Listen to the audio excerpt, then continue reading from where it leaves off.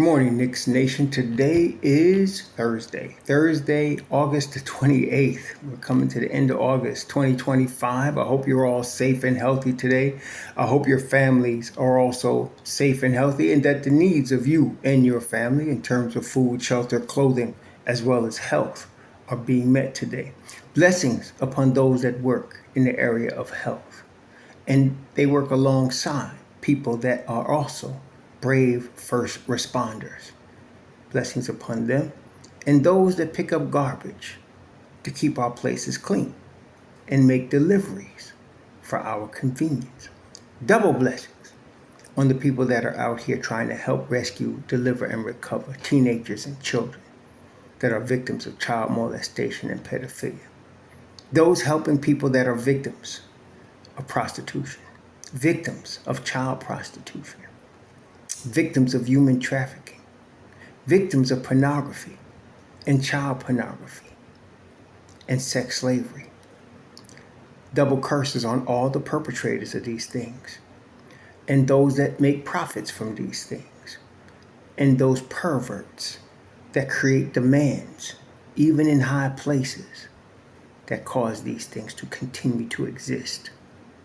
Finally, blessings upon the homeless. More than 700,000 men, women, children, families, senior citizens, and military veterans homeless in the United States. Blessings upon them and those like them all over the world, for theirs is the kingdom. Some NBA dreams die. Some are just put on hold. For the ones that's put on hold, the grind continues.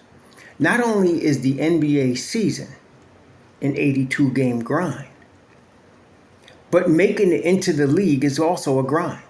And maintaining excellence once you reach the league is also a grind. Every single season, there's new talent coming into the NBA. And that new talent is trying to join the grind and usually is at the expense of somebody that's already in the NBA. Every season, there's a challenge. This year, the Knicks are stacked. They really do have a solid roster that can go 1 through 12. They'll probably run 9 or 10, but they got at least 12 that could run in a rotation. And this is the thing, the end analysis of the players the Knicks have and who they play and who's in the rotation is up to Mike Brown. He's the head coach. It's his team. And his job is on the line from day one. But I have some success at picking NBA talent and some success at picking players that fit the Knicks. Now, I admit I'm a little bit disadvantaged right now because I was more in lockstep with Tom Thibodeau. I liked Tibbs from Chicago. I really didn't know him that well as an assistant on the Knicks. I knew he was an assistant under Jeff Van Gundy, but I never knew about his style, what he liked, what he didn't like until he got to Chicago. Then his reputation developed as a head coach. And then, of course, they had success in Chicago. They also had some tragedies as well with Derrick Rose. But then when he went to Minnesota, we kind of knew what to expect. And then when he came to Knicks, I was excited because he's a defensive-oriented coach. He has a system, a style, whether you like it or not, he has it. It's defined. And I knew what it was, and I understood it. And so I could pick players that I knew would fit his system, that I knew he would like. And so that was easier for me. I don't know what Mike Brown likes. I don't know much about his system. I have not, and I've seen Mike Brown over many years, but I have not gotten a gauge as to his likes, his dislikes, his styles, the type of players that are Mike Brown type of players. I know the Tibbs players. Like, I know Deuce McBride's a Tibbs player. I know Josh Hart a Tibbs player. I know Jalen Brunson's a Tibbs player. These are easy. I don't know what a Mike Brown player looks like. I really don't, okay? And that's because I believe in part it's because he's a little mercurial with respect to how he coaches. When I say that, when Mike Brown first became a head coach in Cleveland, he was a vets type coach. He wanted veterans, and he was one that shunned playing rookies and was harder on rookies. LeBron James kind of got him out of that because he lost his job in Cleveland of his handling of LeBron, in part. So, and LeBron being at the time, very young. And of course, LeBron, people argue whether he's the greatest of all time and get very bitterly argumentative about stupidness like that. To me, it's irrelevant. He's a great player, okay? He is born to play the game of basketball. And he could have played a lot of other sports too. He's just athletically gifted, far above the average human being, far above, okay? So when he came to Cleveland, he's a stud, okay, out of high school. And in fact, I remember, speaking of LeBron, there were many that were trying to change the rules to get him into the league when he was 16 because he was ready when he was 16. Okay. But when he came in, he was 18, he was still ready. Okay. Anyway, Mike Brown had that gift when he came to Cleveland, and that helped him. Right. But Mike Brown, over the years, has actually burned bridges, not burned bridges, but got fired, for things like mishandling players, like Tibbs just did. But he did not have the success that Tibbs had. And it was hard for me, from a distance, to gauge what he is trying to do. When the Knicks had Mike D'Antoni as the head coach, I knew exactly what Mike D'Antoni was about and what he wasn't about. What he wasn't about was defense. Mike D'Antoni used to try to plug in high-level defenders, but never developed a defensive scheme. He could develop, though, an offensive scheme. Okay? He was an offensive genius. And so his teams were always high-scoring teams led by a point guard. And at first you might have thought, well, he had a Hall of Fame point guard, when he was coaching in Phoenix, right? But then he gets a guy that's basically a journeyman trying to grind in Jeremy Lin and makes him look like a superstar. He had Ray Felton play at an all-star level. That was his system.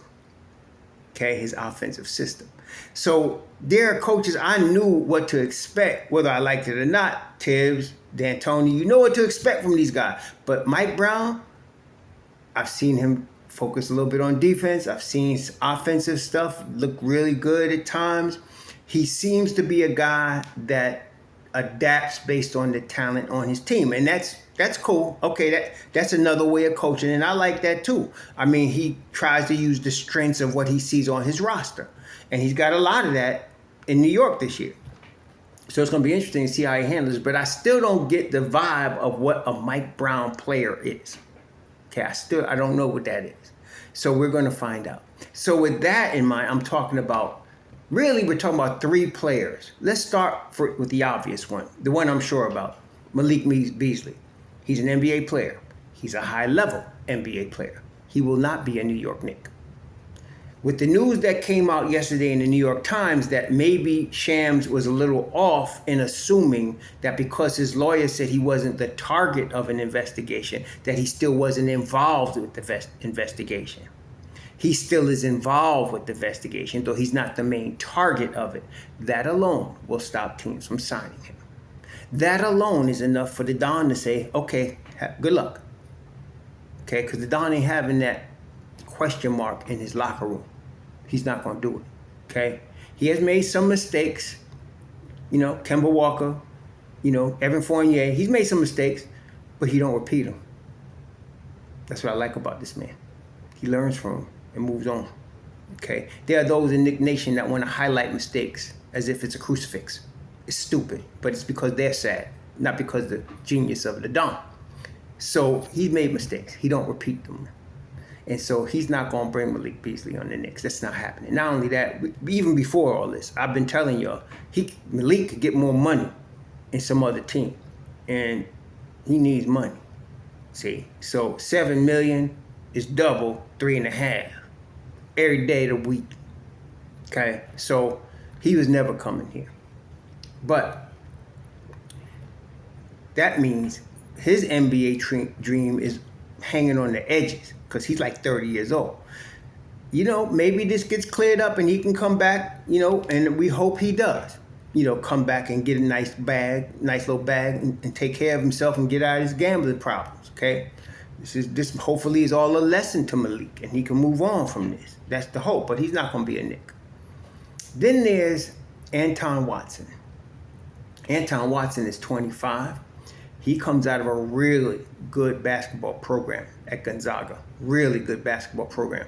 And we have seen, the results. It's another one of them programs that you look around the league and you can see the results of their program. Jalen Suggs, you see Chet Holmgren, you see, you could see the boy's name in Indiana. You could see the results of the Gonzaga program. Brandon Clark.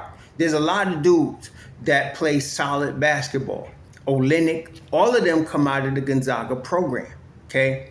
And they're really solid, if not better than solid, basketball players. Well, Watson came out of that program as well. It's unusual generally for them out of that program to be coming out after 1 year like Suggs did or like Holmgren did, but those are, higher level players. Generally, they're like Watson. They play 3 or 4 years, then they come out, okay? Very disciplined, don't make a lot of mistakes, knows how to play the game the right way. That's Watson. He started with Boston. He's been on the Knicks now for at least a year. This will be his second year if he stays. The problem, of course, is he's 25. He can play both the 3 and the 4. He plays good defense. He's developing nicely. To me, Anton Watson's an NBA player. I can't say that about everybody. But I can say, in my view, watching him, he has developed nicely and he's an NBA player. Problem is that the Knicks are stacked. Now, he was on a 2-way deal last year. They got 3 2-way spots. One of them is going to be Dink Pates.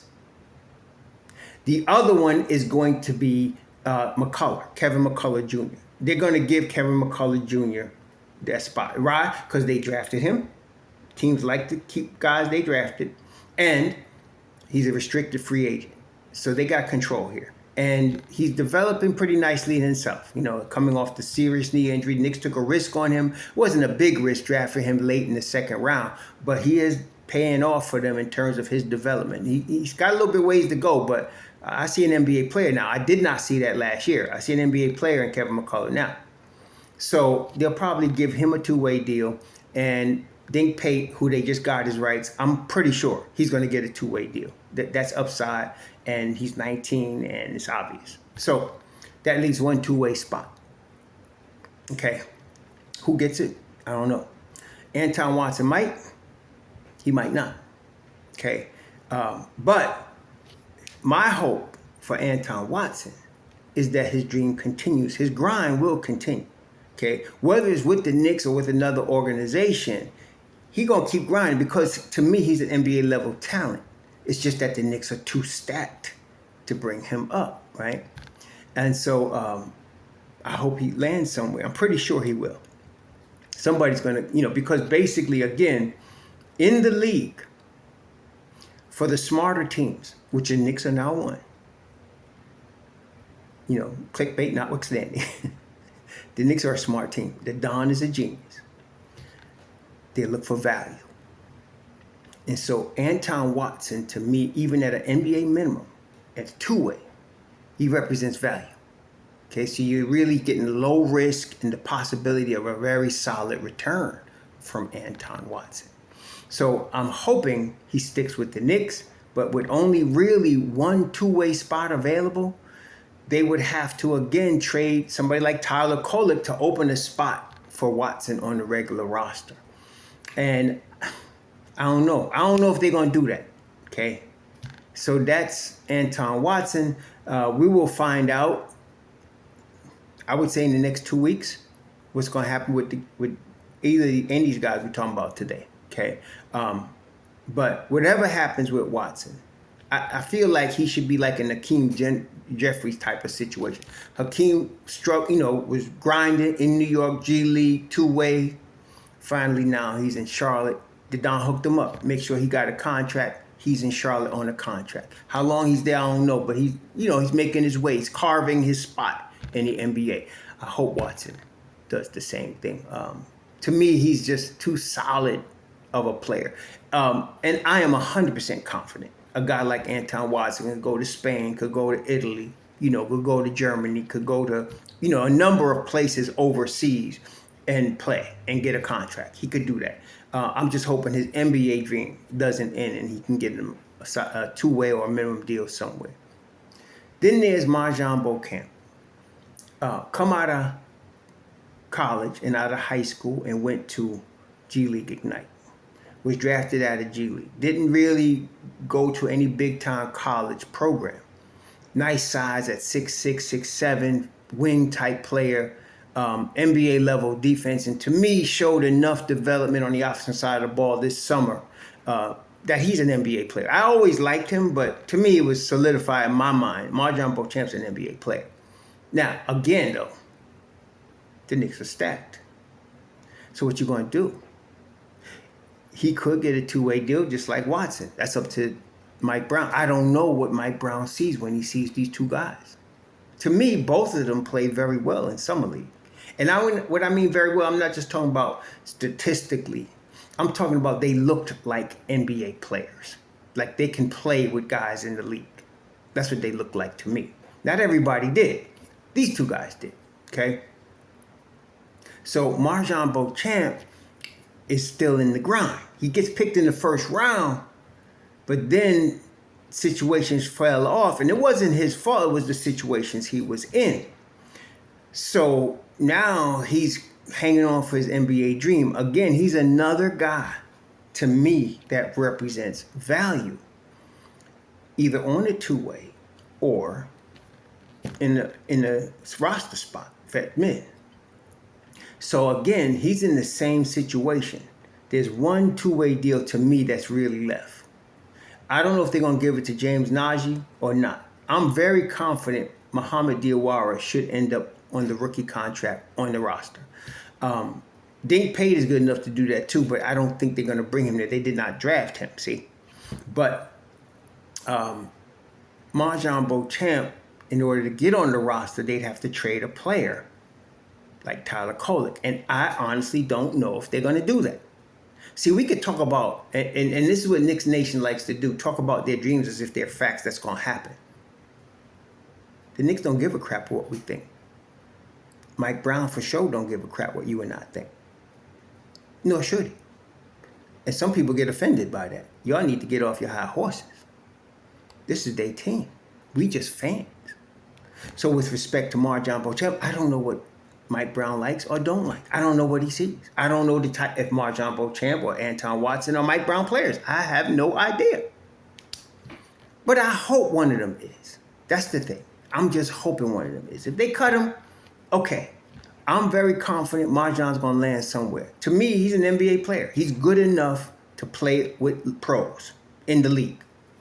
And like a lot of guys, sometimes it's not even a function of talent. It's a function of getting minutes. Okay? It's not a function like we talked about Jeremy Lin. He was an NBA player, but he would not get the minutes on the Lakers when he was trying there. And he wouldn't have got him in New York if the Knicks didn't go through a rash of injuries and trades. But he did.